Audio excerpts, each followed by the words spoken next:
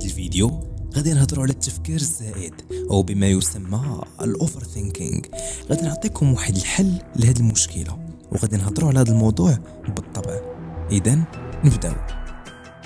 اوساكا معكم اوساكا. كنتمنى انكم تكونوا بخير، يكونوا عائلاتكم بخير، تكونوا كدوزوا وقيته زوينه في خدمتكم، في قرايتكم، في اي حاجه كديروها. كما قلت لكم غادي نهضروا على الاوفر ثينكينغ. هذا الاوفر ثينكينغ اللي صراحه ولا كلشي كيعاني منه في هذه الاونه الاخيره. الناس الكبار، الشباب، وحتى دوك الدراري الصغار كتلقاهم كيفكروا بزاف حتى هما. اذا شنو هو بعد هذا الاوفر ثينكينغ؟ الاوفر ثينكينغ هي واحد الحاله كتجينا في وقت الفراغ ديالنا، وفي الوقت اللي نقدروا نقولوا عند الاغلبيه هو فاش كتبغي الناس. واحد الوقت اللي كتولي كتفكر فيه في سيناريوهات سوداويه، وكتبدا تعطي حلول للمشاكل قبل ما يوقعوا، وكتولي تتوقع بعض الافكار او بعض الاحداث اللي يقدروا يطراو ليك، ولا كتولي تفكر في الهضره ديال شي حاجه تقالت ليك شحال هادي، ولا شي كونفرساسيون قديمه، ولا شي تخربيقه اللي كتبقى كتعاود تفكر فيها. يعني هذا الاوفر ثينكينغ الغالبيه ديالو سلبي. غادي تجيني دابا واحد الفئه وغادي يقولوا لي لا راه حنا كنضربوا الحساب لداكشي اللي جاي، لا حنا راه كنفكروا كنعطيو حلول قبل ما يطراو لينا باش نكونوا واجدين. غادي نقول لكم لا، غادي نقول لكم لا، حيت ما عندكم حتى ضمانه ديال ان دوك المشاكل بالطبع غادي يطراو لكم، ولا غادي تصادفوا دوك المواقف باش انكم تاولوا ليهم حلول قبل اصلا ما يكونوا. الشباب هادشي هذا راه كيضرب الصحه النفسيه، راه راحه البال كتدمر ملي كتولي عندك واحد التفكير زائد. راه كتولي كتفكر بواحد الشكل رهيب، الدماغ ديالك كيبقى خدام، كتاثر حتى على العقل الباطني ديالك. العقل الباطني ديالك حتى هو كيتاثر وكيبدا يتيق باللي انت راك في ديك الحاله نيت اللي عندك في دماغك. مثلا انت كتقول راه انا غادي مثلا طرا لي شي حاجه من هنايا لشهر ولا شهرين، راه انت ديك الساعه كتمرض، راه كتولي عندك واحد الحاله ديال السلبيه راه كارثيه، كتولي فهمتيني في واحد ليطا خايبه. اذا الشباب نتفاداو حنا اصلا هاد المشاكل، ولكن السؤال مطروح هو واش هاد الاوفر ثينكينغ ولا التفكير الزائد عنده الحل ولا لا؟ عطينا شنو هو هاد الحل باش نتهناو من هاد التفكير هذا. هو صراحه التفكير الزائد صعيب انك تحيده، والصعيب انك تتهنى منه بمره. ما نقدرش نجي دابا نعطيك واحد الحل طق ونقول لك ديرو وغادي ما بقيتيش غتفكر، حيت انا ما نقدرش نتحكم لك في دماغك ولا ندير عليه شي سلسله ولا نربط لك دماغك، ما نقدرش.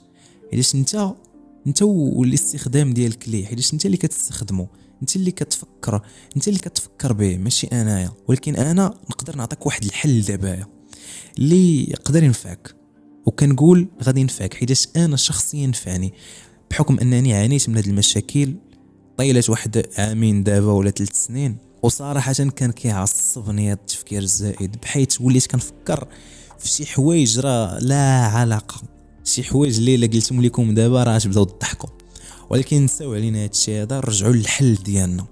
شنو هو اوساكا الحل ديال هذا المشكل؟ الحل بكل بساطه. دابا نتوما غادي تدخلوا اليوتيوب وتدخلوا لجوجل، غتلقاو بزاف ديال الحلول وبزاف ديال التخربيق ديال دير التامل، حبس التفكير، دير هادي دير هادي. داكشي يا الشباب ما كاينش. كاينين شي حلول بالطبع كيصدقوا، ولكن ماشي كلشي باش نكونوا واقعيين. ولكن كيبقى احسن حل وافضلهم هو تقرب من الله.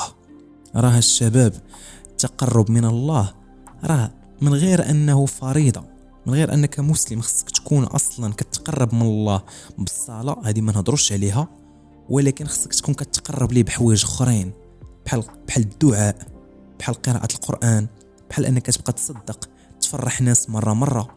هادشي كامله كيبقى في سبيل الله، وكتبقى باش تقرب من الله. ولكن السؤال، شنو علاقه هادشي بالتفكير الزائد؟ شنو علاقه التقرب من الله بالتفكير الزائد؟ بكل بساطه في ديك الحاله فاش كتولي انت كتأول السيناريوهات، وكتولي كتأول الحلول، وكتولي عندك واحد الافكار سلبيه وسوداويه على المستقبل، بكل بساطه فاش كتولي متقرب من الله كتولي كتقول اللي جات مرحبا بها. كتولي عندك هاد الافكار ديال غنخليها على الله، الله غادي يتكلف ليا بهذا الشيء، وكتكون عندك واحد راحة البال عجيبة، وواحد اليقين بالله سبحانه وتعالى باللي هو مدبر وحكيم وكما جاد شي. وهذا وحنا اصلا الاقدار ديالنا مكتوبة، يعني ما كاين لاش نبقاو نفكروا. كتولي كتدخلك هاد الافكار وكتولي كتغلغل فيك لداخل. ولكن باش نبداو، قول لينا اوساكا شي حاجه نبداو بها. شوف، فاش تحط راسك على المخده ويبداو كيجوك دوك الافكار ديال لا هادي لا هادي وداك التضارب وديك المخيله ديالك، جبد المصحف ديالك ولا على الاقل غير لابليكاسيون ديال القران في التليفون وقرا ما تيسر. بدا تقرا تقرا تقرا تقرا تقرا، راه كنحلف لك انت غتحس بواحد الراحه عجيبه. ما حدك انت كتقرا وكتولي كتنسى داكشي فاش كنتي اصلا كتفكر، وكيولي دماغك غير مع دوك الايات اللي كتقرا فيهم. وتقدر تصادف شي ايه تلامسك وتوصف اصلا انت الحاله اللي فيها، وغادي تجيك واحد الطمانينه رهيبه. الشباب هادشي راه بالتجربه وكنأكد لكم. ولكن صراحه الا كان كيجيكم هادشي هذا بالليل وانكم كيجيكم التفكير الزائد بالليل، راه الحل ديالو عاوتاني باين، هو انكم تفيقوا بكري الشباب باش انكم تنعسوا بكري. حيت الا فقتوا بكري راه غتنعسوا بكري، ما كاين لا تفكير لا توزع، فهمتيني؟ راه غتنعس ديريكت، راه ما عندك باقي فاش تفكر. ما بدك كثرة العيا ما غادي اصلا تكون عندك الفرصه فاش تفكر. ولكن ما عندك ما دير. المهم نرجعوا للحل ديالنا. الحل ديالنا الشباب التطبيق ديالو كيبدا على الاقل بالقران. القران الشباب راه ضروري تقراوه، الا قريتوه غتحسوا بواحد الطمانينه كما قلت لكم رهيبه. عاد زيد الا كنتي كاع بغيتي ديرها مزيانه، وانا كتنوض تصلي واحد 2 ركعات ولا 4 ركعات قيام الليل مورا ديك 12 ديال الليل بحال هكاك، فاش تسالي العشاء والشفع والوتر. علاش لا ما تنوضش تقيم الليل بواحد 4 ركعات على الاقل؟ راه ما نعاودش لكم على ديك الفائده اللي غادي تكون عندكم، وعلى واحد الراحه غادي تجيكم. غتنساو شي حاجه سميتها الاوفر ثينكينغ ولا التفكير الزائد ولا التخربيق كامله ديال الدراري الصغار. ماشي ديال الدراري الصغار صراحه، راه الناس كبار كيعانيو من هادشي هذا. ولكن ثق بيا، راه اون فوا كتصلي راه كتقول اش كنت كنخربق انايا، راه كتبقى تقول انا راه كنت غير ظالم راسي، كان عليا ندير هادشي من الاول. وبالطبع كاينين دوك الحلول دابا ديال جوجل وديال يوتيوب ديال اليوتيوبرز اخرين كيقول لك دير التامل، دير هذه التامل. الشباب كاينه في واحد المراحل كيكون مزيان، ولكن انت بما انك مسلم راه التامل ديالك هو الصلاه. راه ان فوق تصلي راك صافي، راك كدير التامل. راه كيجيني انا التامل حيت شفيت مجربه، ماشي مجربوش، مجرب انني ندير جلسات تامل.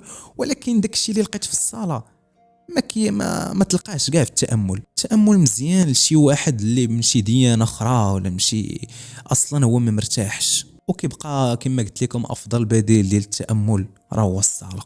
باش نجيكم ما الاخر، راه الاوفر ثينكينغ الدواء ديالها هو التقرب من الله. باش نختصروا هذا الفيديو هذا وما نطولش عليكم بزاف، اذا الشباب كنتمنى انكم تكونوا فهمتوا القصد ديالي، وانكم تكونوا ان شاء الله بالف خير وبالف عافيه، وان شاء الله ما يضركم والو، وتبقاو ديما الصحه النفسانيه تكون عندكم مزيانه والصحه الجسديه. وكنتمنى انكم تكونوا بخير وعلى خير. وكان معكم خوكم اوساكا. الا كان كيعجبكم هذا المحتوى هذا وبغيتوا تدعموا القناه، راه كاينه لايك لتحت، كاينه ابوني، كاين بارطاج، كاين كلشي، الكومونتيرات راه ديالكم، كلشي ديالكم. ونتلاقاو ان شاء الله في الفيديو الجاي.